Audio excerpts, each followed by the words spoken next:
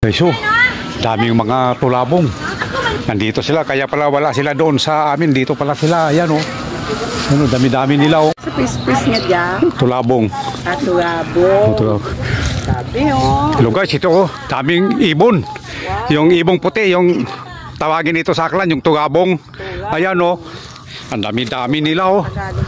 Kaya pala wala sila doon, nandito pala sila dahil dito sa kabila na pispan nag-harvest na.